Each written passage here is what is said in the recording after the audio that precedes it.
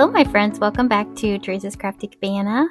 I'm doing another video today just showing how I get results from these thicker paints. These are heavy bodied acrylic paints. I pulled out some that I had in my stash. Actually, some of them are kind of old and dried out. I didn't even realize until I tried to use them on my gel plate. And they're not very full, so I think maybe there would be better results if these were fresh. But I wanted to try them anyway because I have these colors. I have a magenta here and a turquoise. I think because they are a little dried out, it was a little bit harder for me to get full coverage on my gel plate. I think there's a medium that can make these a little bit, I don't know, more fluid type thing. So I might have to look into that so I don't waste these colors. That blue one especially started kind of drying out.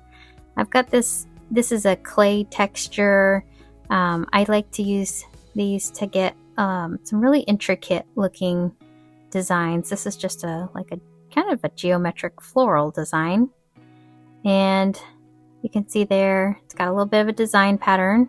When it dried, I put on this Amsterdam Pearl Violet. This was a gift from my friend Kim at Seeds of Kindness. And this is a really pretty, kind of just a pearly background color. But I think it goes nice with that pink and blue together, which makes like a purple. And this has a purple color to it.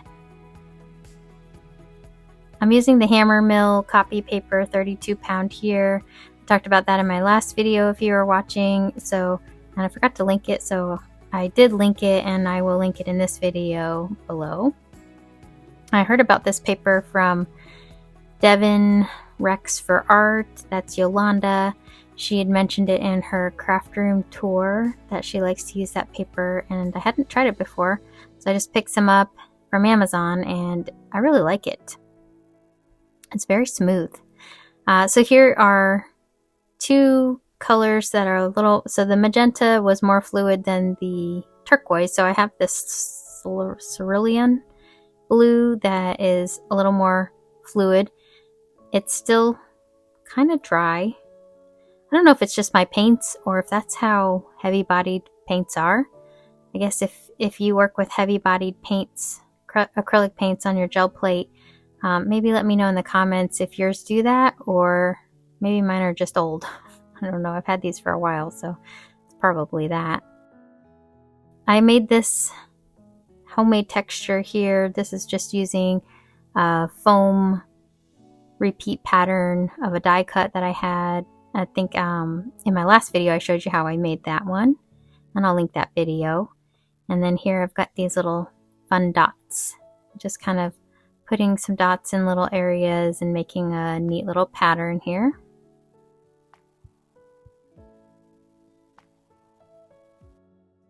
On this one, I wanted to mix my color up a little bit.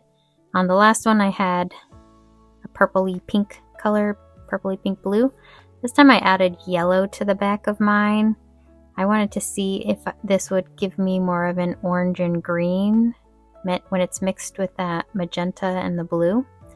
Look at the interesting pattern that happens from this thick paint. I wonder if that could be used as some kind of a gel print texture. Something I might have to explore a little bit more on one of my experiment days. But the yellow did cover the background, and then I put a little more texture in with these dots. And I will say with the thicker paint, it doesn't have like a smooth coverage because it was so thick. But so that's one thing I'm noticing that's different than, say, the fluid acrylics. And I know you can water down your thicker paints. I just wanted to see if I could get some nice results with the thick quality of the paints. So far in this experiment, I'm not having the best quality, but I still like how the colors turned out on the first one. And then for this second one, the colors were definitely toned down just because of adding that yellow to the backside. So I did get more of like an orange at the top and a green at the bottom. So yeah, I like it. It's different. It's not quite as bold and vibrant as the first one, but it will make a nice background. And you can see the copper in the back just a little bit. So I'm going to use this one to make a card. I'm using these octagons that are like stacking octagons. I forget what they call these, but came with a set of all these different sizes. So I just used that on the pink, purple, blue side and cut out from my largest size down to a size that I thought would fit my stamped sentiment. And for my background, I just cut away the part that was kind of surrounding the octagon shape I had cut out to create my background there. And this is the stamp set I'm going to use. It's Spellbinders. I've got this Have a Sweet Day sentiment that I thought was nice. That could be good for a birthday, but it could also be good for just a generic kind of a card just to say hello. Using my VersaFine Onyx Black ink, and what I did is I flipped over the smallest octagon and used the white side of the paper to stamp my sentiment. And then I have this gold cardstock Recollections from Michaels, a little pack of it that I got.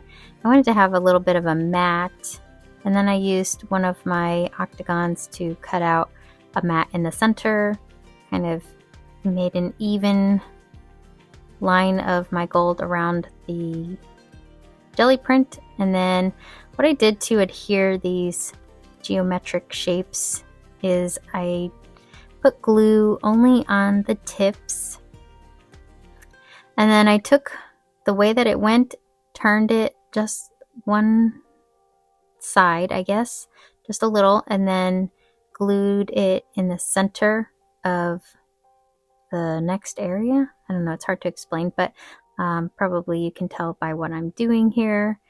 So just take it where it goes and shift it a little, and then only have glue on those tips and then press those in.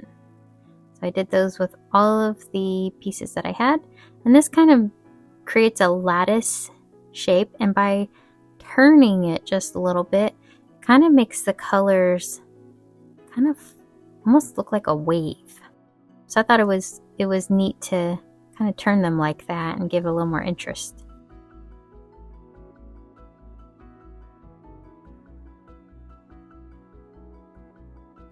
So to assemble it, I just glued with wet glue. This is my Eileen's Techie glue.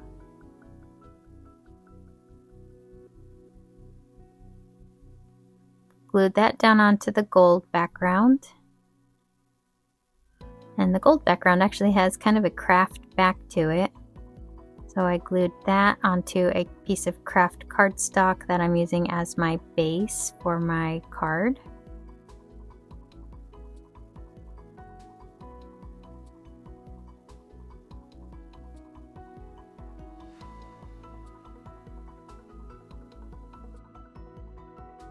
I put some foam tape on the back of this kind of spirally piece. And I'll do the same thing, line it up, then spin it. But first I wanted to glue my sentiment into the center. That one I'm putting flat. This was a little bit tricky to get it right in the center. The wet glue helped because I could put it down and then slide it a little.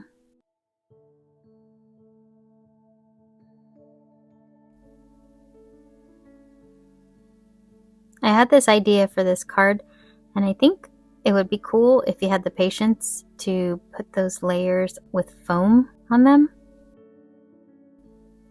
But I didn't have the patience for that, so I just glued them flat together and then did the foam to lift it all up. So I would think that that would be neat, or maybe if you didn't have them as thin, like thicker versions, and then you could put each of them like almost like stacked on some foam, and then it could look like a telescoping type thing. I think that would look neat. And these are just some fun little embellishments that I got from, I believe these were from Hobby Lobby. They look like bubbles, and they have different colors in them. They're really pretty.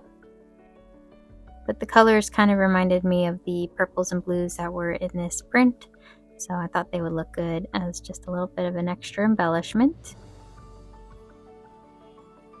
And that finishes up this card. I love how the geometric design kind of pops, especially with that gold in the center. It kind of has an outline of gold in the little design there. It looks very geometric.